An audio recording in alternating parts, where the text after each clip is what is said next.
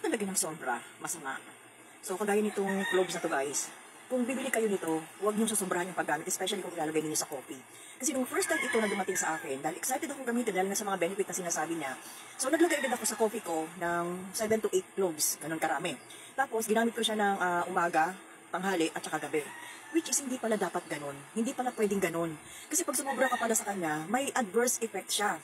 So, ang nangyari sa akin is, nahilo ako ng ilang araw. So, mga 3 days talaga ako masama ang pakiramdam ko, naduduwal ako at ano. Kasi ang dapat pala na ginagamit nito, 2 cloves lang kung gagamitin mo siya sa coffee or tea. 2 cloves, tapos once a day lang. So, dahil sumobra ako, yun ang naging epekto sa akin. So, magmula nun hindi na talaga ako gumamit kasi unang-una anemic ako. So, kapag anemic ka guys, huwag ka palang gagamit nito. So, kung HB ka, yun po pwede kang gumamit. Pero kung anemic ka na, hindi pwedeng gumamit ka ng cloves. Hindi siya advisable na gamitin mo.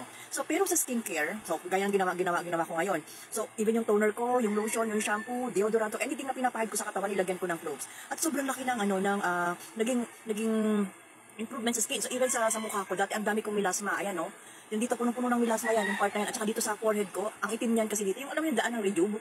So, maitim yan. Pero ang laki na naging improvement niya. So, kung ilalagay nyo siya sa mga skincare, like yung toner, yung lotion, o yung mga shampoo ninyo, it's good na kahit madami, pwede. Pero kung gagamitin nyo siya sa coffee ninyo, or sa tubig ninyo, gumamit lang kayo ng 2 cloves, guys. Ang itsura niyan ganito, oh. Para siyang pako. Ayan. Ganyan siya kalaki. Para siyang pako. So, tapos, medyo, ano rin yung amoy niya, matapang yung amoy. Kaya pala nung iniinom ko yung kape ko, grabe yung amoy niya, yung aroma niya, sabi kasi nila mabango. Pero dahil sobra-sobra yung ginamit ko, gumamit ako ng 8, isipin mo yon. Ay, sabi ko sa iyo guys, 3 days talaga akong nahilong-hilo at talagang naduduwal talaga ako. So, parang nag-trigger yung anemia ko. So, kung HB kayo, then go ahead, use it. Pero moderate lang dapat guys, 2 cloves lang sa bawat isang tasa ng kape or ng tea. Huwag kayong mag-exceed doon. So, kung may anemic kayo, huwag din kayong gagamit.